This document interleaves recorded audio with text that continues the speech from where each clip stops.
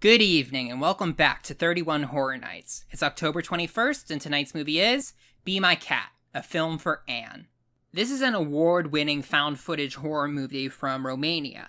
The plot in it is that there is this director who, for whatever reason, really wants Anne Hathaway to be in his movie. He saw her in The Dark Knight Rises, where she played Catwoman, and he wants her to star in his new movie that he calls Be My Cat. He, wrote it specifically for her, and the entire time it's just him making a movie to try to convince Anne Hathaway to be in his movie, and it's really messed up some of the stuff that he does in order to, quote-unquote, convince Anne Hathaway to come over to Romania and be in a movie with him. I'm giving this one an 8 out of 10. It was clumsy in a few spots, but for the most part it was executed pretty well.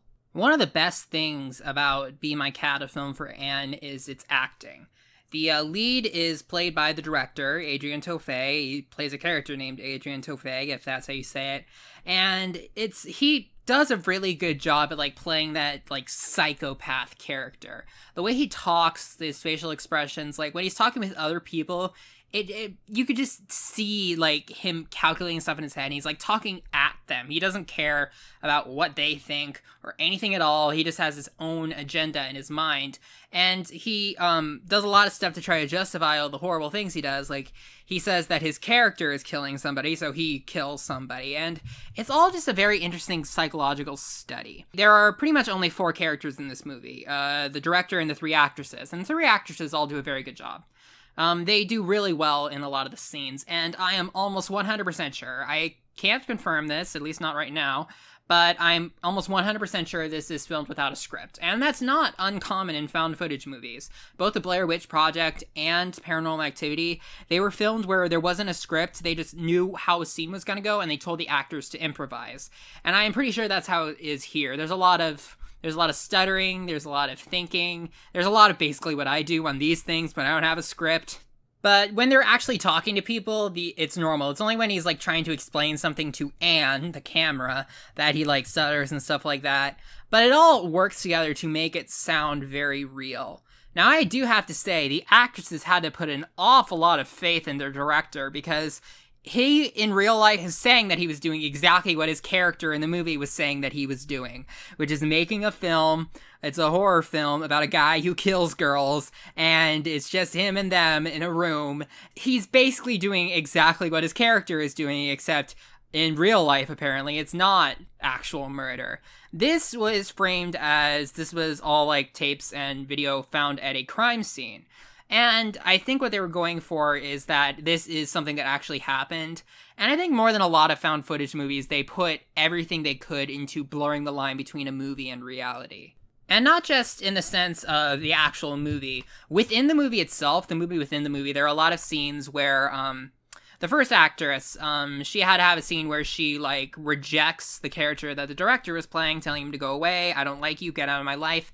And they were clearly improvising the entire thing. But you could tell, there was a shift where eventually it became that she was not playing a character anymore and seemed like she was arguing with the director in real life. Because the director had already done some weird stuff to her, and it was just get away from me, stop talking, I hate you. And it just kept going. It was very interesting to watch. Those are some of the most interesting parts of the movie. When you hear the conversations or the thoughts about people where they start to, blur the lines between the movie they were making and what's actually happening. And it especially gets strange with the director because he tries to justify all the horrible things he does as making the ultimate sacrifice for Anne Hathaway, and that's just him being so method that he actually kills somebody when his character is supposed to kill somebody in the script.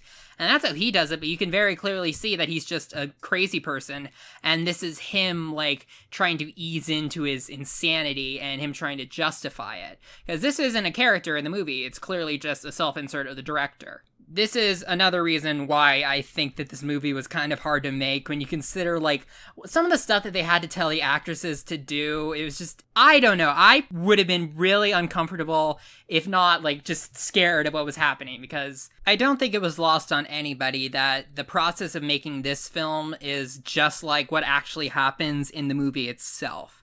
So that's actually a pretty nice touch. There's another layer of this could have been something that really happened. The acting is great, the execution is great, the directing is great. I think that my only real problem with Be My Cat, A Film for Anne, is its pacing. There is a lot of scenes that just keep going for a long time, especially the ending scene, but we'll get to that later. A lot of times it feels like they could have been using their runtime a little bit better. Be My Cat, A Film for Anne is a very interesting psychological study, and I would recommend it to anybody who likes found footage.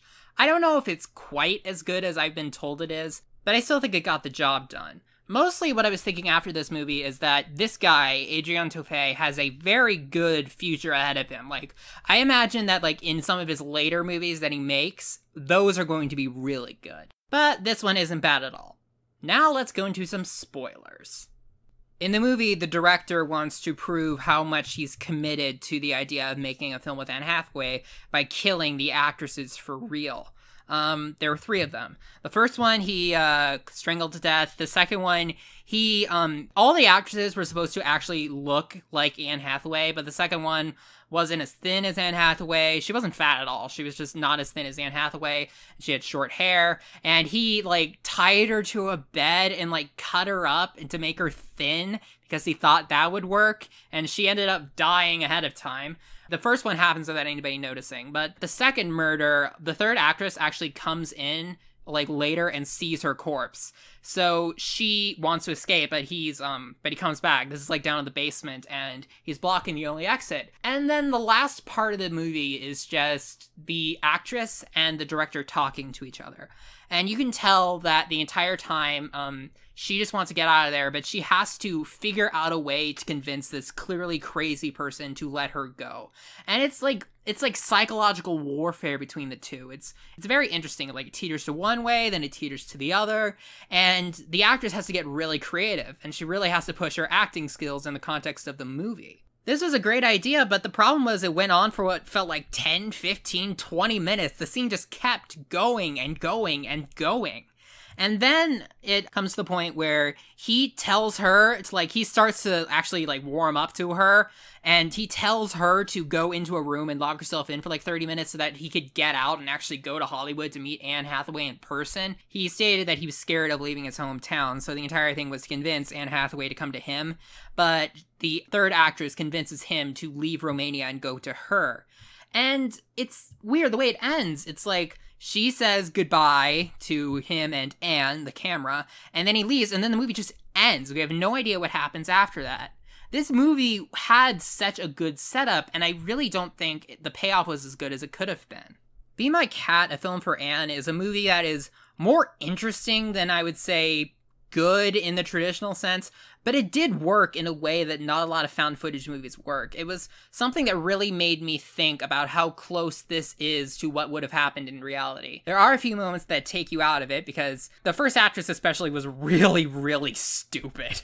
Like, he had to chloroform her and says, like, I'm just gonna pour water on this cloth. Now, this smells like chloroform, but that's just because this used to be a bottle that held chloroform, and she was just like, okay. That was a really stupid moment on the movie's part. There are a few moments that kind of break the illusion, but for the most part, like, they try as hard as they can to keep that illusion up, which I think is a good touch. It's not perfect, but I do think it's worth a watch.